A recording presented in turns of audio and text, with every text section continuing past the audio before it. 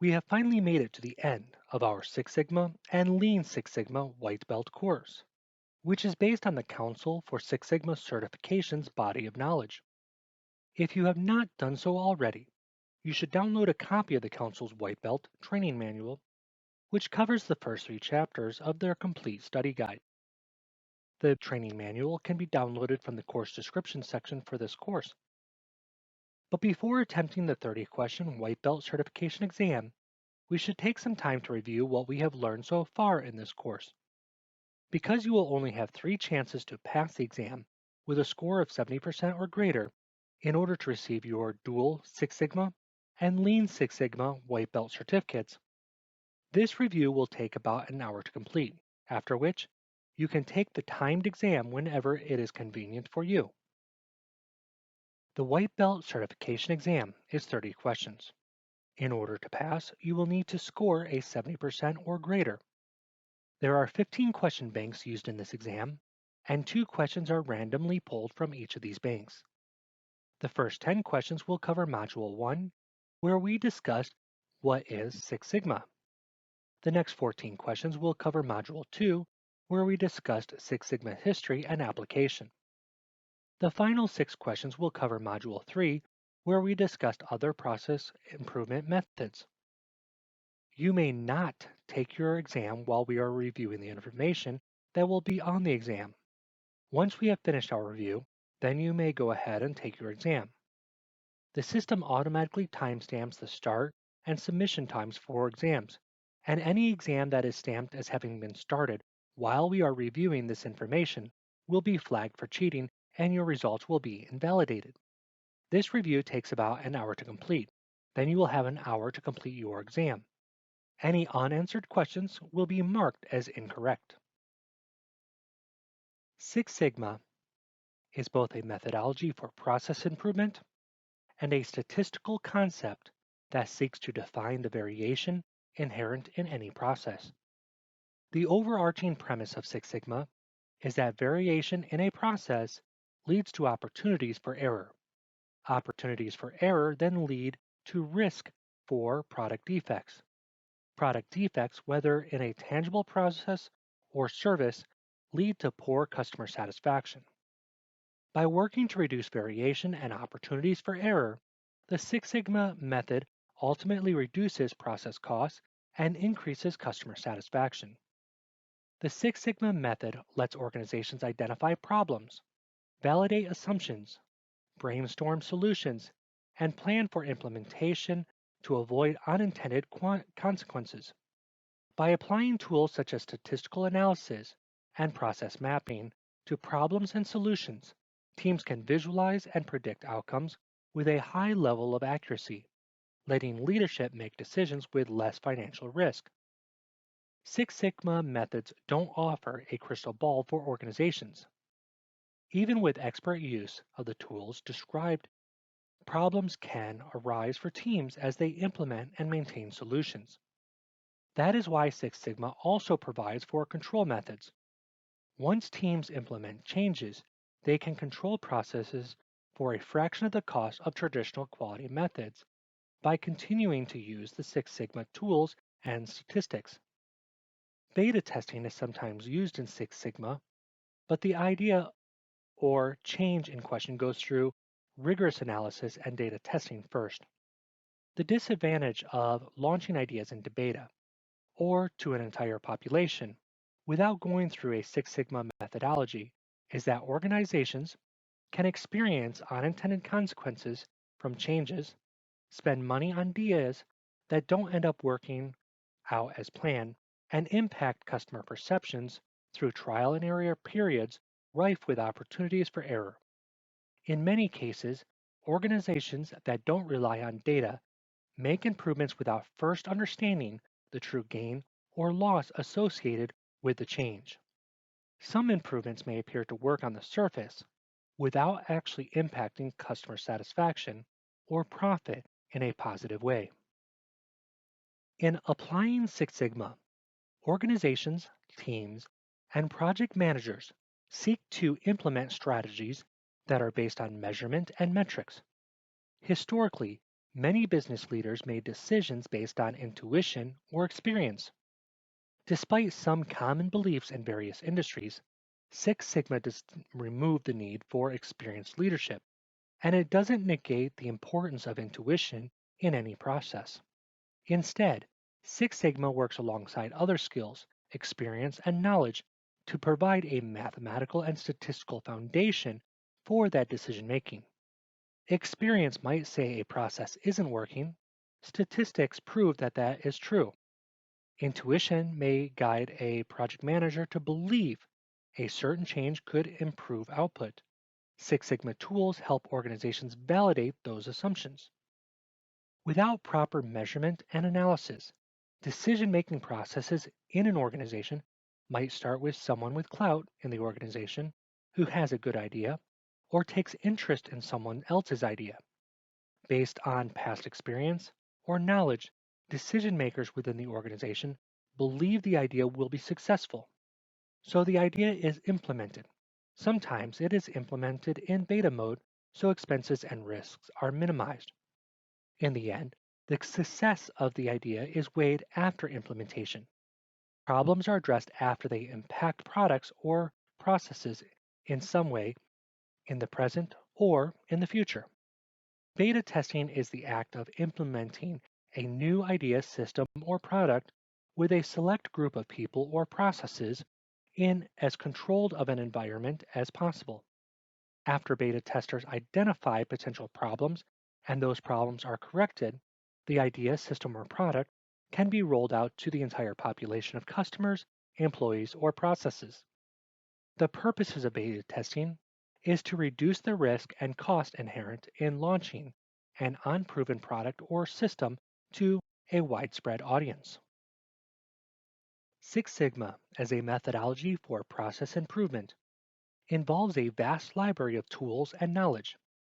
At the most basic definition, Six Sigma is a statistical representation for what many experts call a perfect process. Technically, in a Six Sigma process, there are only 3.4 defects per million opportunities.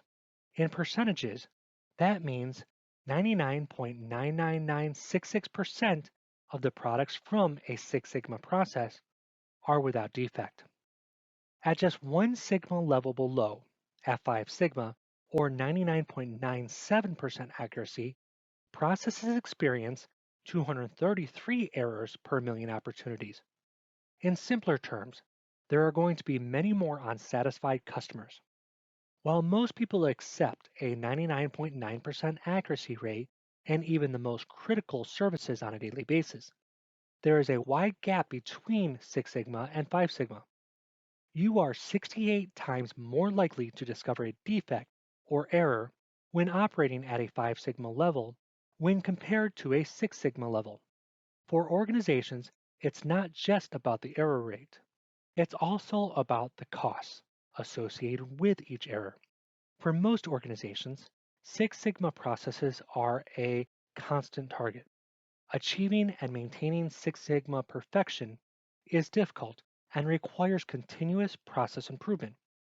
But even advancing from lower levels of Sigma to a 4 or 5 Sigma process has a drastic impact on cost and customer satisfaction. At very low levels of Sigma, any process is unlikely to be profitable. The higher the Sigma level, the better the bottom line is likely to be. Organizations and teams can calculate the Sigma level of a product or process by dividing the number of opportunities minus the number of defects by the number of opportunities and then multiplying by 100. Sigma levels provide organizations with a high level look at how a process is performing. But comparing Sigma levels between multiple processes doesn't always point to the particular process an organization should improve first. Leadership should also consider cost, resources, and the estimated impact of those improvements. A primary principle of the methodology is a focus on the customer. We use the voice of the customer, or VOC, to establish what the customer really wants from a product or process.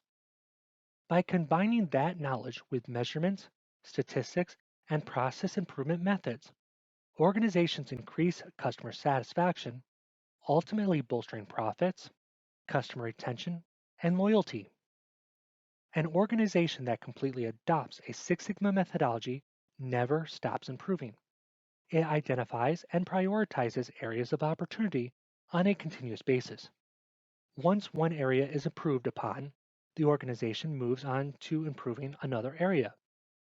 The goal is to move ever closer to that perfect level of 99.99966% accuracy for all processes within an organization.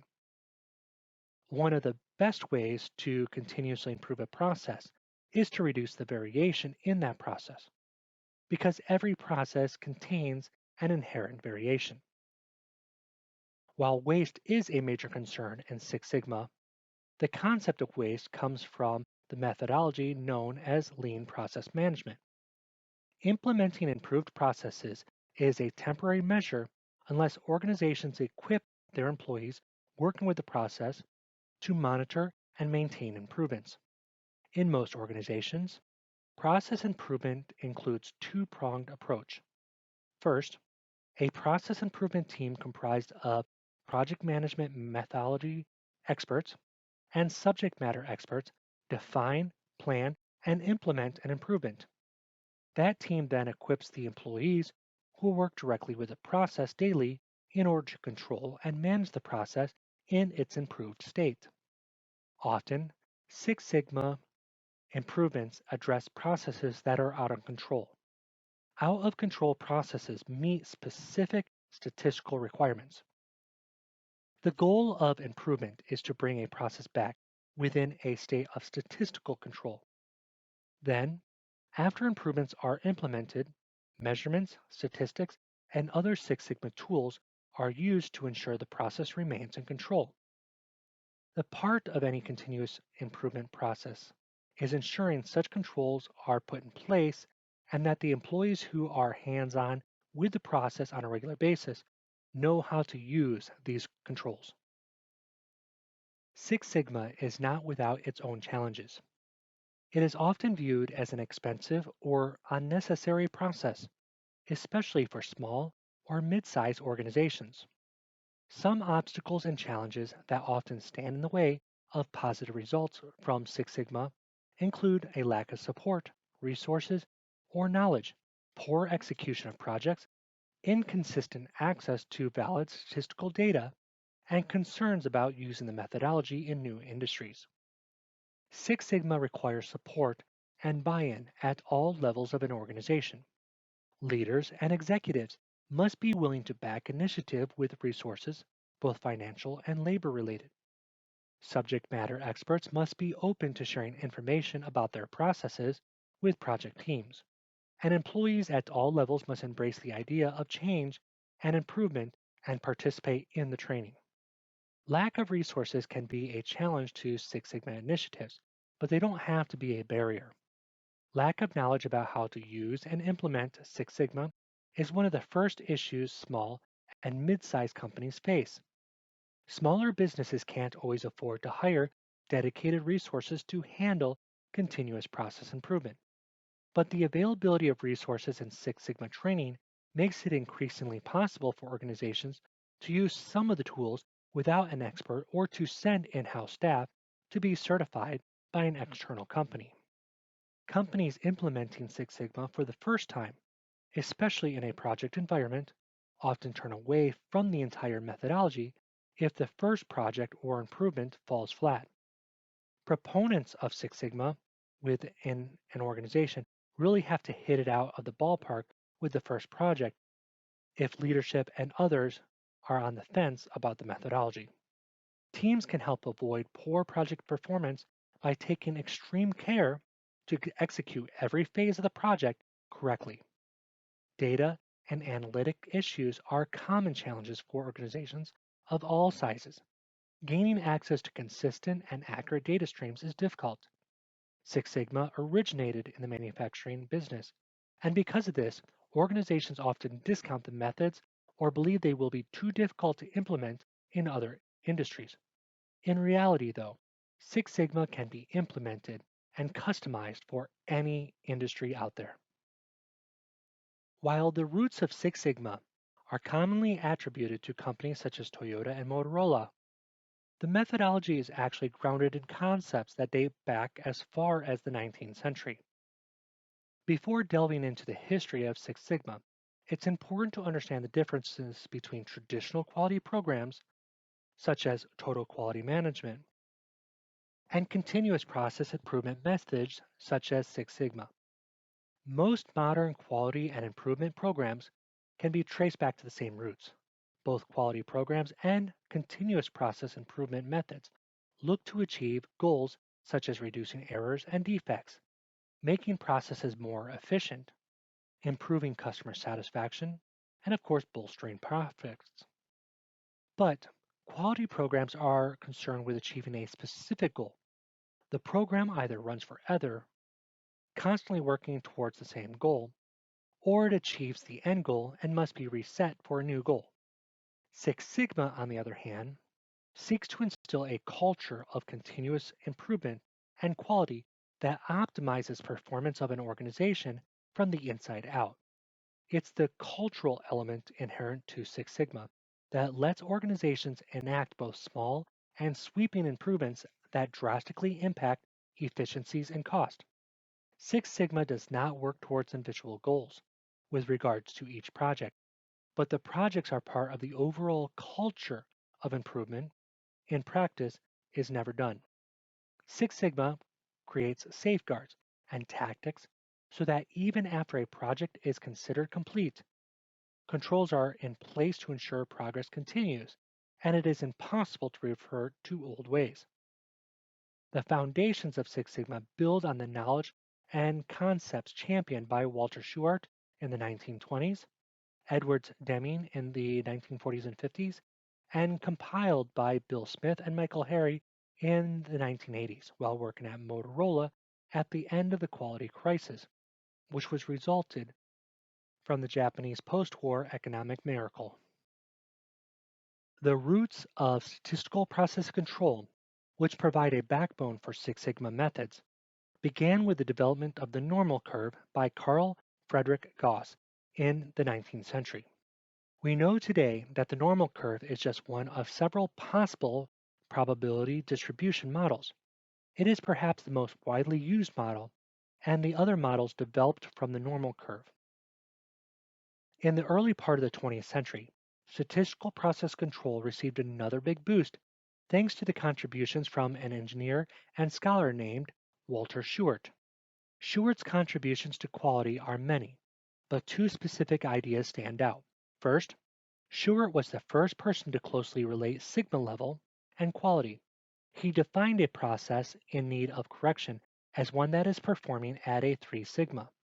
Because errors and costs exponentially increase as sigma level decreases, Shewhart's definition has a very practical application in businesses.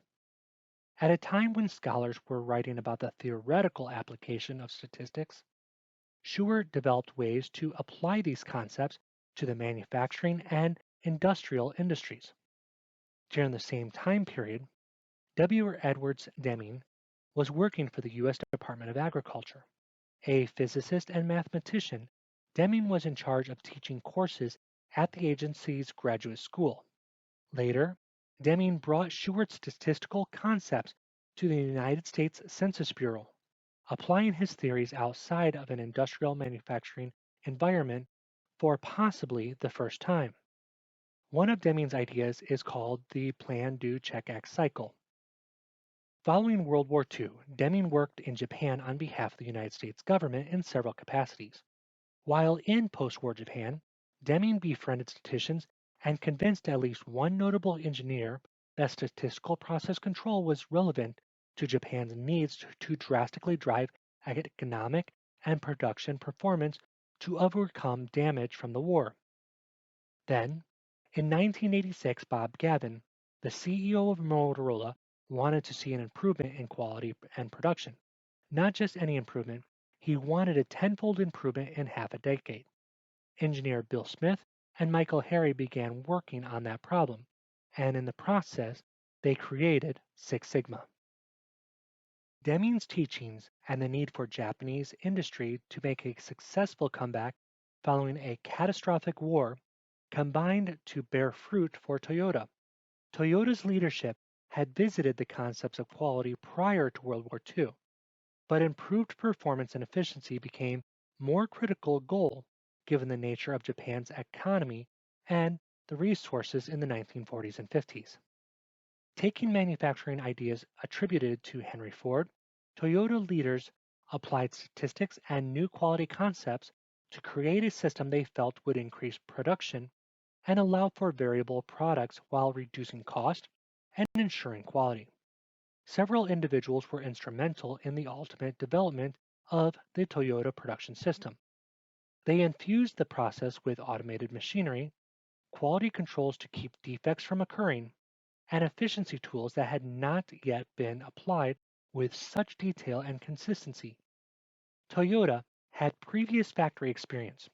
In his previous jobs, he added efficiencies to processes in textile mills through conveyor and other automated systems. Toyota introduced the same concepts on certain lines in the Toyota manufacturing process. Later, his son and Taiichi Ono introduced concepts known as just-in-time and Jidoka, which are the pillars of the Toyota production system. Jidoka is a principle that creates controls of defects inside business processes.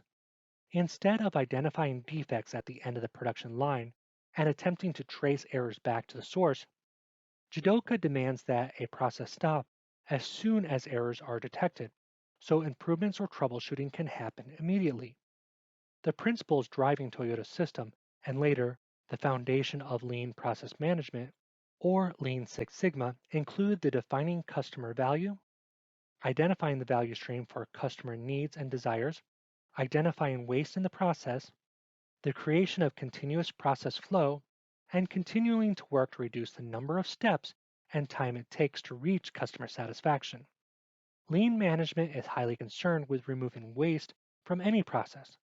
Waste increases costs and time spent on a process, making it undesirable in any form. Though the basis for Six Sigma was laid in the late 19th and early 20th centuries, it wasn't until mid-1980s that these concepts saw large-scale success in the United States. Decades after Toyota developed its system, engineers at Motorola began to question how effective their quality management programs were. Those questions first arose after a Japanese company took over a Motorola television manufacturing plant. By applying lean concepts, the new company began creating televisions that demonstrated 1/20th the number of defects as Motorola's own television sets. At the time, departments across Motorola measured defects as a ratio of 1,000 opportunities. Bob Galvin, the CEO of Motorola, issued a challenge to his team. He wanted to see an improvement in quality and production. Not just any improvement, he wanted a tenfold improvement in half a decade. Engineers Bill Smith and Michael Harry began to work on the problem. The team realized that measuring errors against 1,000 opportunities didn't provide the level of detail needed for true statistical process control. Instead, they wanted to measure defects against 1,000,000 opportunities. We know that sigma levels were already defined, and the idea of using sigma levels as a measure of quality began with Shewhart. Throughout the next 2 decades, Motorola worked to perfect its Six Sigma methodology, seeing positive results along the way. In addition to statistical tools, the team created a step-by-step process by which any team in almost any industry could make gains and improvements. For the first time, this type of statistical process control was taken out of the manufacturing environment on a large scale, company-wide. Motorola applied the method to customer service, engineering, and technical support. It used the process to create a collaborative environment between stakeholders inside and outside of the organization. It was highly successful, and according to Motorola, the company saved more than $16 billion as a result of continuous process improvement initiatives within the first 12 years. After leaving Motorola, Michael Harry joined ABB, where he worked with Richard Schroeder, who would also become a champion for Six Sigma. In fact, the two men later co-founded the Six Sigma Academy. At ABB, Harry came to realize a key idea in the evolution of Six Sigma. Business or profits in some way came before quality. Quality, in fact, was a driving factor of business. Customers didn't make purchases if the quality was poor. Because the individuals with the ability to decide in favor of Six Sigma initiatives were highly motivated by dollars, Harry incorporated financial tactics into the Six Sigma methodology. In 1993, both Schroeder and Harry moved to Allied Signal, where the CEO, Larry Bossidy, was interested in Six Sigma, but realized that executives and other high-level leaders experienced knowledge barriers. Bossidy suggested that leadership at a company had to be well versed in Six Sigma to pick the right projects for success and to support those projects on a company wide basis in order to ensure success. In conjunction with others at Allied Signal, Harry developed systems that allowed Six Sigma to be effectively deployed by leadership throughout an organization in its entirety. Around the same time, General Electric CEO Jack Welch entered into the Six Sigma arena. Prior to learning about Six Sigma, Welch had previously criticized quality programs as heavy-handed approaches that did little to deliver results. Welch invited Larry Bossidy to speak at General Electric corporate meeting in 1995 and requested an analysis regarding the benefits of implementing Six Sigma at GE. At the time, General Electric was performing between 3 and 4 sigma, so the potential savings should the company rise to a Six Sigma were enormous. Welch is known as a champion of Six Sigma, not because he contributed in major ways to the development of statistical process control or the Six Sigma toolset, but because he demonstrated exactly how leaders should approach Six Sigma. He also made GE a historically successful Six Sigma organization by tying Six Sigma goals to employee reward structures. Employees were no longer compensated based on financial performance factors, rather, they were also evaluated based on Six Sigma performance levels. Following the success of corporations such as GE and Motorola, companies across the country rushed to implement Six Sigma.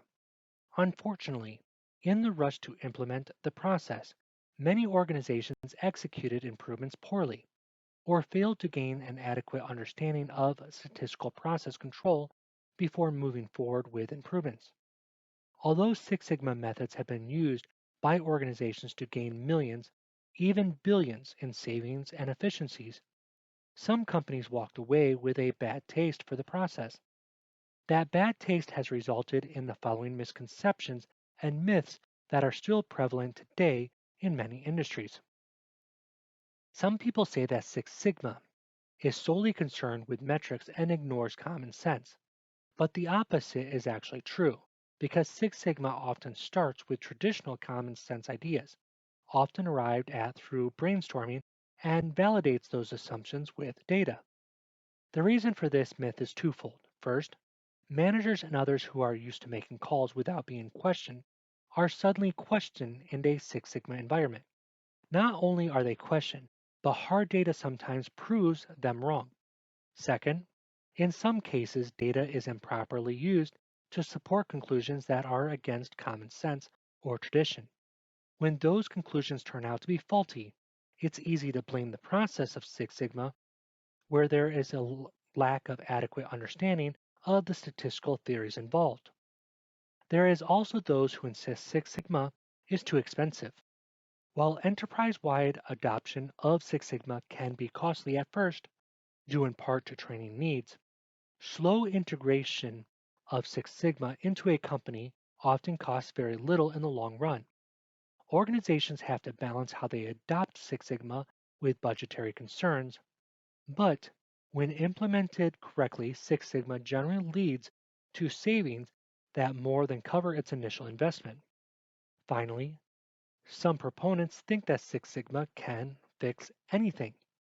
Opposite the naysayer are the Six Sigma cheerleaders who believe they can apply the method to solve any problem.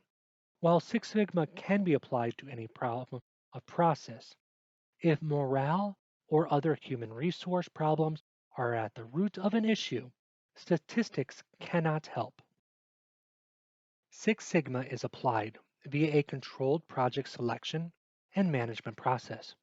Once areas of concern are identified, leaders usually turn to analysts, Six Sigma experts, and subject matter experts for cost benefit analysis.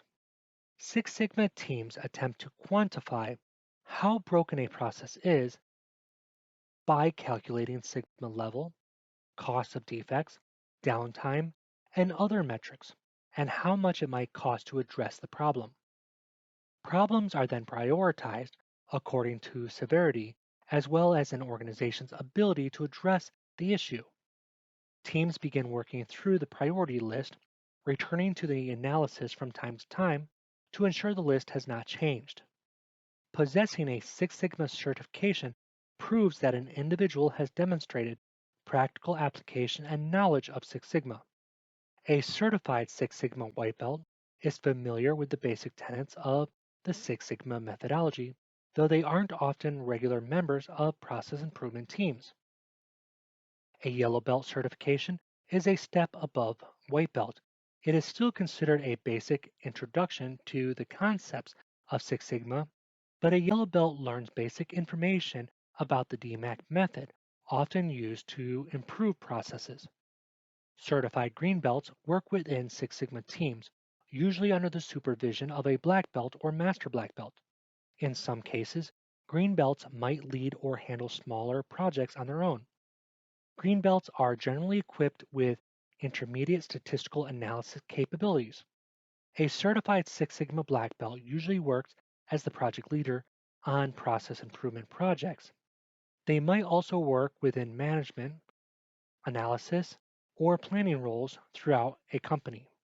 A Master Black Belt is the highest certification level achievable for Six Sigma. Within a business organization, Master Black Belts usually manage black belts and green belts, consult on especially difficult project concerns, offer advice and education about challenging statistical concepts, and train others in the Six Sigma methodology. Most certification programs require individuals to pass an exam for certification. Some require that green and black belt candidates also demonstrate their knowledge in the form of Six Sigma project experience. By studying the history of Six Sigma, you've already realized that the methodology is closely related to a number of other quality-driven initiatives developed over the past century. This is true in part because all successful businesses ultimately seek to do the same thing: serve a customer a product or service they need while making as much profit as possible. While Six Sigma encompasses all the tools you need to approach virtually any problem or process, familiarity with other types of process improvement and quality methods is also important. Some of these methods, such as Lean and Jumpstart, add value within a Six Sigma approach. Others might be used outside resources alongside a Six Sigma project.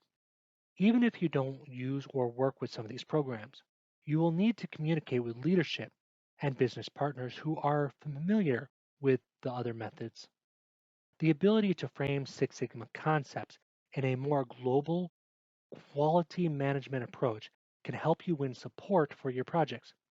One of the most well-known quality standards, of course, is ISO 9001, which sets out criteria for a quality management system and is the only standard in the family that can be certified to.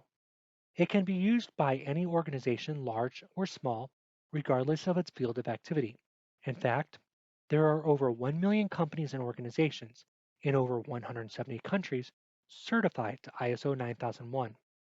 This standard is based on a number of quality management principles, including a strong customer focus, the motivation and implication of top management, the process approach and continuous improvement, These principles are explained in more detail in ISO's quality management principles. Used in ISO 9001 helps ensure that customers get consistent, good quality products and services, which in turn brings many businesses benefits. But there are many different programs and methodologies out there for quality improvement and quality management. Each one of them have their own benefits and disadvantages. Most of them are based on the same principles created by the founders of quality improvement. While lean was originally developed as a concept for reducing waste in a manufacturing environment, the ideas of lean process management can be applied to any process that involves the movement or creation of goods or services. Like Six Sigma, lean provides waste removal tools so daily control and improvements can be made to a process. Total quality management, or TQM, is a phrase well known by anyone who worked in the business in the last quarter of the 20th century. The total quality management approach to quality is one of the first formal methods enacted in business environments in the United States. It was originally developed in the 1950s. Business process reengineering, which is also called business process redesign, is most often concerned with technical processes that occur throughout an organization. The Rumler branch was pioneered in the 1980s by Gary Rumler and Alan Branch. They developed what remains a proprietary program used by their own consulting firm, but details of the method have been published and used by others. The method seeks to affect positive change in processes and organizations by using a set of practical tools to address business issues and process problems. Scrum is a project development method specific to agile programming endeavors in technical departments. Scrum is used when teams want to create new technical products or integrate new develops on existing products within a short time frame. The Customer Experience Management Model, or CEM method, was created by process improvement consultants to address the needs in organizations outside of manufacturing. The Customer Experience Management method combines some process improvement tools with customer relations management. It was developed in the 1990s by the Virgin Group and became popular throughout the 90s and early part of the 20th century. Jumpstart differs from other programs and methods described so far in that it is a fast-paced method for identifying problems and solutions in a single session. Because Jumpstart doesn't take the time for rigorous verification or statistical analysis on its own, teams should not use this method to enact sweeping changes in their organization. Some organizations make use of various project improvement methods. As a Six Sigma expert, you may have to champion your own method on occasion. Six Sigma is designed so you can begin a project even when you don't know the cause of the problem. In some cases, teams aren't even sure what the exact problem is. They only know that some metric is not performing as desired. For example, an organization might experience a drop in profits that doesn't correct itself in several consecutive quarters. Six Sigma methods can begin to seek the cause of the problem, prioritize them, and work towards solutions. Even when a problem is understood, if it is wide in scope and not well defined, improvement projects that are not tightly managed can escalate in scope to a point that they become unmanageable. In this situation, teams attempt to solve increasingly bigger issues. As a result, no problem is ever completely solved. Six Sigma includes controls for avoiding such scope creep, so teams can make incremental improvements that steadily improve a process over time. If processes are complex and features many variables, it is difficult to determine how to approach a solution, much less define and measure success.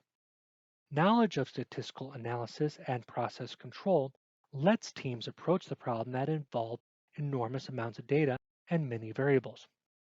Through analysis and graphical representation, complex ideas can be distilled to specific hypotheses, premises, and conclusions. Because Six Sigma's statistical process control component lets teams make more accurate assumptions than almost any other method, It is very appropriate for situations that are closely tied to revenue or cost. When a single tiny change can result in millions of dollars in gains or losses, teams must validate assumptions with an extremely small margin of error. Guesswork, basic research, and even years of experience cannot do that as accurately as a properly implemented Six Sigma method.